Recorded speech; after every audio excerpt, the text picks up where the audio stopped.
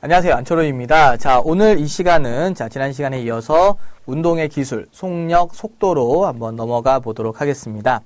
자, 지난 시간에 우리가 배웠었던 것 중에 가장 중요했었던 것 중에 하나는 바로 방향에 대한 개념이었습니다.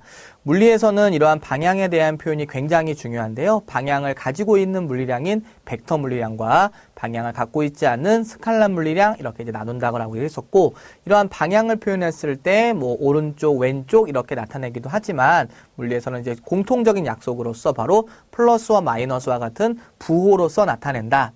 그래서 수학에서의 어떤 단순한 양수, 음수의 개념이 아니라 플러스와 마이너스는 방향을 나타내는 것임으로써 동쪽을 플러스로 나타낸다면 서쪽은 마이너스로 표현을 하면 된다라고 말씀드렸었고요. 어떠한 크기, 누가 더 빠르냐, 누가 더 크냐 이런 식의 어떤 크기를 비교할 때는 부호를 제외한, 다시 말하면 절대값으로서 그 크기를 비교를 하면 된다라고 얘기를 했었던 거죠. 바로 그러한 내용을 가지고 오늘 본격적으로 물리에서 나오는 여러 가지 물리량에 대한 어떤 표현들, 그다음에 물체의 운동에 대한 어떠한 것들을 한번 나타내 보도록 하겠습니다. 자, 그럼 먼저 이동거리와 변위라는 용어를 한번 배워볼 텐데요. 자, 한번 칠판을 보시면서 차근차근 따라 나가도록 하겠습니다. 자, 먼저 이동거리 그리고 변위를 한번 표현을 한번 해보도록 하죠. 이동거리라고, 보통 이동거리, 흔히 그냥 거리라고도 많이 표현을 하는데요. 이동거리라는 것은 스칼라 물리량을 말하게 되는 거고요. 변위라는 것은 벡터 물리량입니다. 다시 말하면 변위는 방향까지도 나타내 주어야 한다는 거죠. 자, 그랬을 때 예를 들어서 어떤 A라는 물체가 B라는 지점까지 이동을 한다라고 한번 생각을 해보도록 하겠습니다. 자, 바로 이러한 식의 경로로서 이동한 기역이 있고요. 자, 이런 식으로 돌고 돌아서 간 니은이라는 경로가 있다고 칩시다. 자, 이동거리는 기역이 클까요? 니은이 클까요? 그렇죠. 바로 니은이 더 크죠. 보통 우리가 이동거리라고 하면 물체가 간 경로를 그대로 따라간다라고 생각하면 되겠습니다. 그래서 이 기역이라는 애는 이런 식의 이동을 해서 B라는 지점에 도착을 한 거고요. 자, 니은은 이렇게 돌고 돌아서 이렇게 B라는 지점에 왔기 때문에 당연히 니은이 더 이동거리가 크다라고 얘기할 수가 있겠습니다. 다시 한번 물체가 간 경로를 그대로 쫓아가기만 하면 된다. 바로 이러한 내용이고요. 그런데 변위를 비교 한번 해보겠습니다. 변위. 자, 이 변위라는 건요, 어떻게 생각하시면 되냐면, 바로 변한 위치, 이렇게 생각하시면 되겠습니다. 변한 위치. 그래서 변한 위치라는 것은 결국 출발점이 어디고 도착점이 어딘가가 중요한 거예요. 그래서 만약에 기역에 대한 변위를 구한다면 출발점 A, 도착점 B. 그래서 변위라는 것은 출발점과 도착점까지의 이 직선 거리를 바로 A의 변위라고 기역의 변위라고 얘기를 합니다. 자, 니은의 변위를 한번 해볼게요. 니은의 변위는 출발점 여기, 도착점도 여기입니다. 결국 니은의 변위는 출발점, 도착점까지의 직선 거리를 말하는 거기 때문에 결국 기역의 변위와 니은의 변위는 같다라고 얘기를 하게 돼요. 다시 말하면 중간 과정은 중요하지 않습니다. 중간 과정 중요하지 않고 변위라는 것은 무조건 출발점, 도착점까지의 직선 거리, 다시 말하면 최단거리를 바로 우리는 변위라고 얘기를 하게 된다는 거죠. 자, 구체적인 숫자를 한번 넣어보겠습니다. 자, O라는 지점에서 P라는 지점까지 간다라고 한번 생각을 해볼게요. 자, O에서부터 P까지는 10m입니다. 그리고 방향을 바꿔서 4m를 갔다라고 생각해 보겠습니다. 동서남북 방향 표시가 이렇게 되어 있는 거고요. 자, 그랬을 때 만약에 물체의 이동 거리를 물어봤어요. 이동 거리를 물어본다면 오른쪽으로 10m를 간 다음에 왼쪽으로 4m를 갔기 때문에 이동 거리는 14m 이렇게 적어주면 됩니다. 이게 이동 거리예요. 그러면 변이라는 것은 어떻게 구하느냐? 출발점 그리고 도착점까지의 직선 거리를 말합니다. 그럼 변이는 몇 미터죠? 그렇죠. 변이는 6m라고 합니다. 하지만 이 변이라는 것은 벡터 물리량이기 때문에 방향 표시가 꼭 들어가 줘야 돼요. 그래서 얘는 출발 지점에서부터 동쪽으로 6m를 간 거기 때문에 변위는 이라고 물어보면 동쪽으로 6m라고 표현하는 게 맞는 거고요. 만약에 문제에서 변위의 크기는 이렇게 물어봤을 때는 방향 빼고 그냥 6m라고만 답을 해주시면 되겠습니다. 여기까지 이해되시죠? 자, 한 번만 더 예를 들어보겠습니다. 자, 이번에는 어떠한 물체가 원운동을 한번 했다고 생각해 볼게요. 원운동을 했어요. 자, 반지름이 4m인 어떠한 원운동을 한번 했다고 생각해 봅시다. 자, 이 물체가 한 바퀴 돌고 나서 제자리로 돌아왔대요.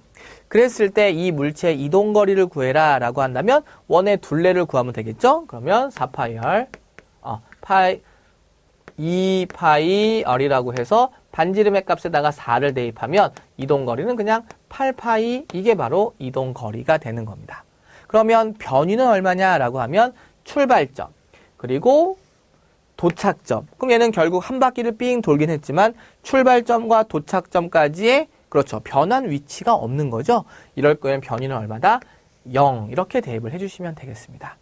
아시겠죠? 예, 그래서 우리가 이동거리라는 것은 물체가 간 경로를 그대로 따라가 주면 되고 변이라는 것은 중간 과정이 중요하지 않다. 바로 출발점과 도착점까지의 직선 거리를 의미하며 바로 방향을 나타내 줘야 되는데 변위의 크기라고 물어보면 그냥 딱 그냥 이렇게 크기만 부호 빼고 방향 빼고 표현을 해주시면 되겠습니다. 여기까지 됐나요? 좋습니다. 자, 그럼 이제 이동거리와 변위에 대한 용어를 배웠으므로 그 다음 넘어가서 속력, 속도로 한번 가보겠습니다. 속력 그리고 속도입니다.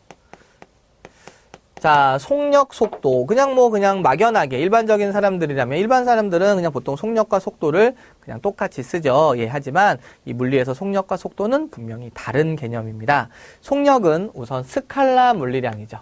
방향 표시가 필요 없어요. 하지만 속도라고 얘기했을 때는 방향 표시가 들어갑니다. 바로 벡터 물리량이기 때문이죠.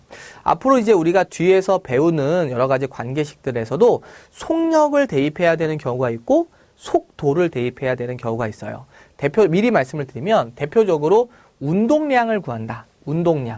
운동량이라는 것은 질량 곱하기 속도를 대입을 해요. 질량 곱하기 속도를 대입합니다. 하지만 운동 에너지를 구할 때는 2분의 1 질량 곱하기 속력의 제곱이에요. 속력의 제곱. 그래서 똑같이 B라고 나타내지만 바로 이 B는 속력을 의미하는 거고 이 B는 속도를 의미하는 거예요. 그래서 단순하게 기호로 외우시면 안 되고요. 항상 제가 지난 시간에 말씀드렸었던 것처럼 한글로 표현하셔야 돼요. 2분의 1 질량 곱하기 속력의 제곱. 운동량은 질량 곱하기 속도 이렇게 나타내 주셔야 방향 표현을 해야 될지 방향을 고려해야 될지 방향과는 관계없이 같은 값을 갖게 되는 건지 이런 것들을 이제 우리가 비교할 수 있기 때문에 항상 정확하게 관계식 하나를 기억하더라도 정확하게 기억해 주시는 게 좋죠. 됐죠? 자, 그리고 나면 일단 속력에 대한 보통 이게 우리가 흔히들 거속시 뭐 이렇게 외우는 경우가 많은데요. 그렇게 외우시면 큰일 납니다. 예, 기본적으로 정확하게 식을 외워주셔야 되겠고요. 만약에 속력이라고 얘기를 하면은 보통 우리가 흔히 시간분의 거리, 시간분의 이동 거리로 속력을 구하게 되고요. 속도라고 얘기하면 시간분의 그렇죠. 변위를 대입을 하게 돼요. 시간분의 변위. 시간분의 변위를 하면 속도고요. 시간분의 거리를 하면 속력입니다. 됐나요? 그러면 우리가 조금 전에도 봤지만 거리, 이동거리와 변위는 같은 건가요? 다른 거죠. 물론 이동거리와 변위가 같은 값을 가질 수도 있어요. 같은 크기를 가질 수도 있어요. 그게 언제냐면요. 만약에 어떤 물체가 똑바로 10m를 갔다라고 생각해 볼게요. 이렇게 될 경우에는 이동거리도 10m를 대입하지만 변위의 크기도 10m를 대입을 하게 돼요. 그래서 이렇게 물체가 운동 방향을 바꾸지 않고 똑바로 갔을 때는 이동거리의 값을 구하나 변위의 값을 구하나 같은 값을 구하게 되는 거예요. 그런데 문제는 언제부터 달라지느냐? 바로 이 물체가 운동 방향이 바뀌는 순간. 물체가 진행을 하다가 운동 방향이 바뀌는 순간 이렇게 최단거리라는 게 생겨나게 되는 거예요. 그래서 물체의 운동 방향이 바뀌지 않았다면 이동거리와 변위의 값은 같은 값을 가질 수도 있지만 물체의 운동 방향이 바뀌었다면 이동거리와 변위의 값은 달라지게 되는 거죠. 어떤 게 더 크냐? 당연히 이동거리가 더 큽니다. 왜? 변위는 최단거리이기 때문에 최단거리보다 작은 건 존재하지 않죠? 그러면 최단거리가 아니니까요. 그러니까 당연히 크다면 이동거리가 큰 거고요. 같은 값을 가질 수는 있는 겁니다. 그렇기 때문에 이 속력과 속도의 값도 마찬가지예요. 물체가 똑바로만 진행했다면 거리의 값과 변위의 값이 같았기 때문에 대입을 했을 때 속력과 속도의 값도 같은 크기를 이렇게 표현해낼 수도 있어요. 하지만 운동 방향이 다르다면, 운동 방향이 변했다면 거리와 변위의 값이 달라지기 때문에 속력과 속도의 값도 다른 값을 갖게 되죠. 그렇죠? 그럼 만약에 둘 중에 속력이 커요, 속도가 커요 이렇게 질문하신다면 다르다면 속력이 더 큽니다. 왜냐하면 아까 말씀드린 것처럼 이동 거리와 변위를 비교했을 때 둘이 같은 값을 가질 수 있지만 크다면 거리가 큰 거거든요. 그러면 변위보다는 거리가 더 큰 값을 갖기 때문에 분자가 더 크다는 얘기는 결국 값이 다르다면 속력이 더 큰 값을 갖게 된다는 거거든요. 이해가 되시죠? 예, 그래서 우선은 일단 기본적으로 속력과 속도는 다르다고 일단 기억하셔야 돼요.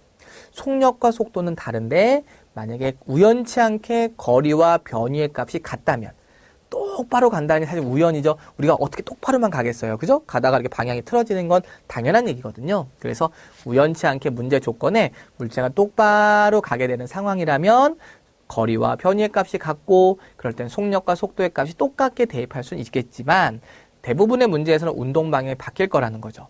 운동 방향이 바뀔 경우에는 거리와 변위의 값이 다르고 속력과 속도의 값이 다르기 때문에 따로따로 구하는 게 기본인 거예요. 무슨 말인지 아시겠죠? 예, 그렇게 기억하시면 되겠습니다. 자, 그 다음에 이 속력도, 속도도 종류가 있어요. 자, 속력에는 무슨 종류가 있고 속도에는 무슨 종류가 있냐? 자, 이렇게 생각하시면 되겠습니다. 속력에는요, 평균 속력이라는 게 있고요. 평균 속력. 그 다음에 순간 속력이라는 것도 있습니다. 순간 속력. 마찬가지로 속도도 마찬가지예요. 평균 속도가 있고 순간 속도가 있습니다. 그러면 도대체 이 평균은 뭐고 순간은 뭐냐? 자, 일단 순간이라는 것은 어떤 시간 딱 몇 초일 때 그 순간의 값을 딱 나타내는 걸 우리가 순간 속력이라고 얘기를 합니다. 보통 여러분들 그 운전하시나요? 자, 운전을 하신다면 이렇게 생각해요. 우리가 그 계기판, 속도 계기판에 나와 있는 건 지금 이 순간 내 속도가 70인지, 80인지, 90인지, 지금 이 순간의 값을 딱 물어보는 거죠. 그쵸? 그런 거 우리가 순간 속력이라고 얘기를 합니다. 됐나요? 평균 속력이란 건 뭐냐면 출발 지점에서부터 도착할 지점까지 어떤 하나의 구간 안에서 평균적으로 결국에는 얼마를 달렸는지를 물어보는 거예요. 보통 이제 우리가 과속 카메라가 딱 이렇게 있을 때 그 밑을 지나가는 순간의 속력을 측정해서 측정하는 이런 과속 카메라도 있지만 구간 단속이라는 것도 있죠. 요즘엔 뭐 굉장히 흔했고, 거의 제일 먼저 등장한 곳이 보통 이제 영동 고속도로, 그죠? 강원도로 가는 곳 쪽에 보통 여기서부터 구간 단속을 시작해서 어느 구간까지 돼가지고 이걸 이제 평균 뭐 100으로 달렸는지, 평균적으로 90으로 달렸는지 가지고 측정을 하는 이런 구간 단속 카메라가 있잖아요. 그래서 순간 속력이 있고 보통 평균 속력이 있다는 겁니다. 그럼 한번 예를 들어 보겠습니다. 출발선이 여기고요. 출발선이 여기고 도착선이 여기입니다. 여기였을 때, 자, 이 거리를 제가 예를 들어서 100m라고 한번 해보겠습니다. 자, 100m를 20초 동안 달렸대요. 100m를 20초 동안 달린 겁니다. 0, 1, 2, 3, 4, 5, 6, 7, 8, 9, 10 해가지고 20초일 때 도착 이렇게 한 거죠. 자, 이때 우리가 그냥 단순하게 시간분에 한번 거리를 한번 대입을 해볼게요. 그러면 20초 동안 100m를 달리는 거기 때문에 얘를 가지고 값을 구하면 5 시간분의 거리 5m/s라고 하는 이러한 속력의 식을 구할 수가 있을 겁니다. 그런데 여러분들 이 5m/s라는 것은 순간 속력을 말하는 걸까요? 아니면 평균 속력을 말하는 걸까요? 이건 당연히 평균 속력을 말하는 거예요. 얘가 꼬박꼬박 1초에 5m씩 달렸다는 보장이 없어요. 만약에 달리기라면 처음에는 힘이 넘치니까 빨리 뛸 수 있지만 나중에는 지쳐서 좀 천천히 갔을 거거든요. 근데 결국에는 1초에 5m씩 간 거와 마찬가지 결과이기 때문에 평균적으로 1초에 5m씩 갔다. 평균 속력이 5m/s다 라고 얘기를 한 거예요. 그리고 순간 속력이라는 것은 아까 0초부터 20초까지 달려가고 있었을 때 3초인 순간의 속력, 5초인 순간의 속력, 18초일 때의 속력, 이렇게 구체적으로 어느 한 순간을 물어봤을 때 순간 속력을 구하게 된다는 거예요.